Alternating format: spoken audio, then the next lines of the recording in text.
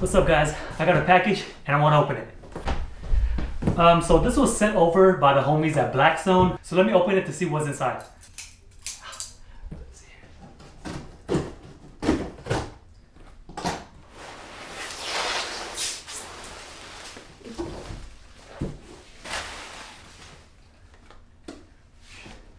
Look at this right here. This is pretty dope. Time is money, right?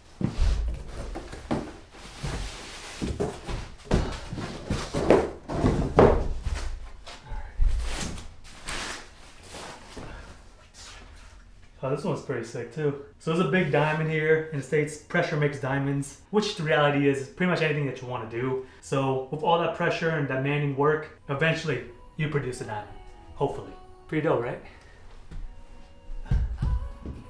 Alright, so today's video is going to be a little different from other videos. So I'm going to show you how I make my personal finance videos with a studio tour and kind of like a behind the scenes. Alright, so let's get into it.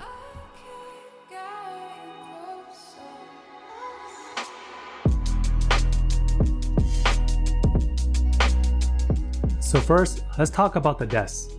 This is a 47-inch sit-to-stand desk by Tresani. I love this desk. It looks super minimal and also it has a glass countertop. The best thing about this desk is the sit-to-stand feature. You can activate this by simply pressing a button. There are 4 save buttons that you can set at different heights. On the side of the desk, it has a lock button and 3 USB ports. Each port can deliver 2.4 amps each to a total of 7.2 amps. Now, moving on to the chair. This is a Han Basics office chair. It is a fairly decent office chair for the price.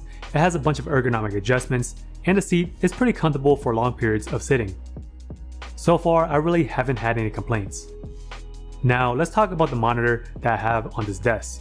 This is an LG 43-inch ultra-wide curved monitor. I recently picked this up from Amazon since I recently sold my iMac.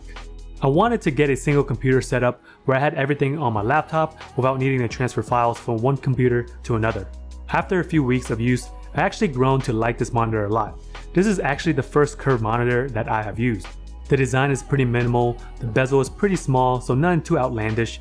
Even the LG logo in the bottom of the monitor is fairly small. The only thing that I wish I had was to buy an arm stand that I could hook up to my desk. I wasn't sure if I was able to attach an arm stand to the desk since the top is made out of glass.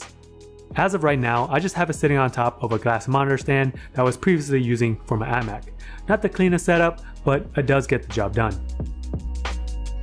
Coming from a 5K iMac screen to an ultra-wide HD screen does make a big difference. Of course, each screen has their own pros and cons, but what made me get the screen was having more screen real estate.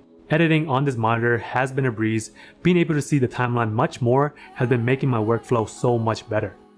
The screen on this monitor is absolutely beautiful, with 99% coverage of the sRGB spectrum, which is great for editors like myself. One of the key features that made me buy this screen was the ports in the back. It has 2 HDMI ports, 2 USB ports, a display port, and also a USB port, and also an additional aux port. Here's the workhorse of my desk setup. This is a 2019 16-inch MacBook Pro.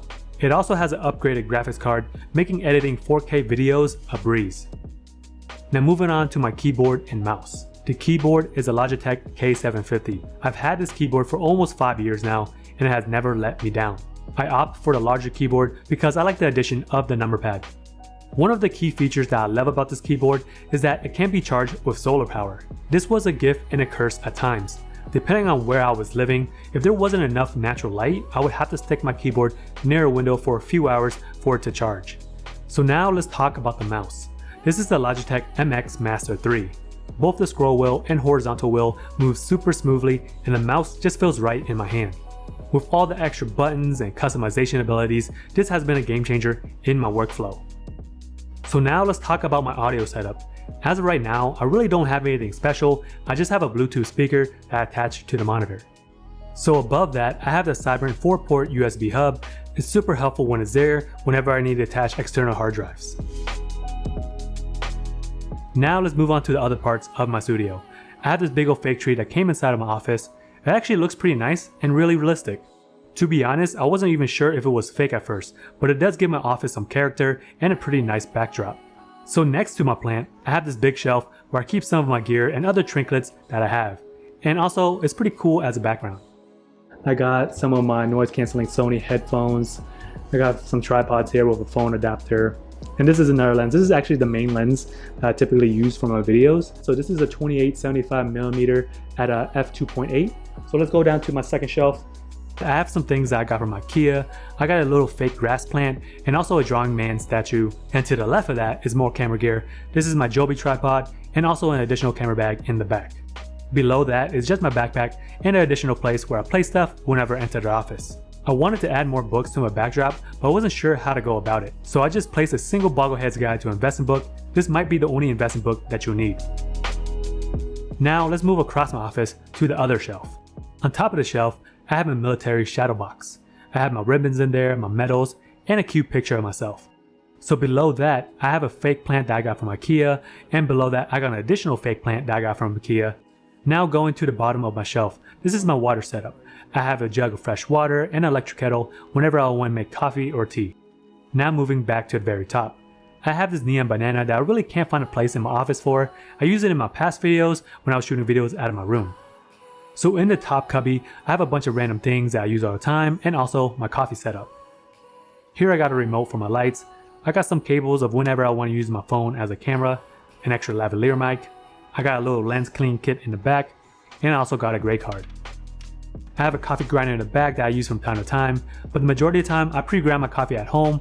I got some extra cups here, some additional filters, and here's my coffee workhorse, the AeroPress. Below that shelf, this is my charging station. This is where I charge my batteries for my lights and my camera. Below that shelf, I have a battery charger and a box of where I have my microphone in. To the right of that, this is my main camera bag of where I store all my additional camera gear. To the left of my shelf, I have two large whiteboards. This is where I plan my videos and have a to-do list of what I need to complete. Now let's move on to the entrance of my office. On both sides of my door, this is where I decided to hang up the prints that I got from the homies at Blackstone. So let's start off with the print on the left. This piece says, "Pressure makes diamonds." The way diamonds are created is by undergoing lots of stress and pressure. This is pretty much anything in your life that's worth having. Now let's move on to the other side of the door. This is the time is money piece. This is what separates the rich from the poor. The rich values time way more than anything else. Time is one of those resources that we can never have back. This piece reminds me of how valuable my time is. So now let's move to the heart of my studio. This is my camera and lighting setup. So behind the scenes, this is what it looks like when I'm recording my videos. I'm usually wearing a decent shirt and some basketball shorts. If I'm feeling fancy, I wear pants. So on the floor of where I shoot, I have this large sheepskin rug that I got from Costco. It is super soft and comfy. Hopefully this clip doesn't make you feel uncomfortable while I caress this fur. Now moving on to the tripod. This is a tripod that I got from K&F Concept. What I really like about this tripod is that the head of this tripod has fluid-like abilities. Another reason why I love this tripod is that the center pole, it can be popped out horizontally, meaning that you can have further control of your angles and do overhead shots. So now let's talk about my 3-point lighting setup. Over there is my fill light, here's my main key light, and in the back is my hair light.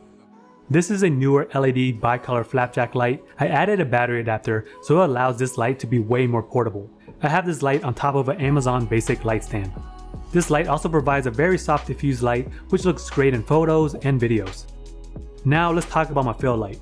This is also a bicolor LED light that I received from K&F Concepts. I have it angled on the right side of my face so it lights up the shadows on that side. Now let's talk about my hair light. This is a Terion RGB LED light. This little light can give you 300 different types of colors. If you ever seen any of my previous videos where I have different color backgrounds, this is the role of this light when I shine it behind my back. Now, let's talk about my audio. My main microphone is the Octava MK012.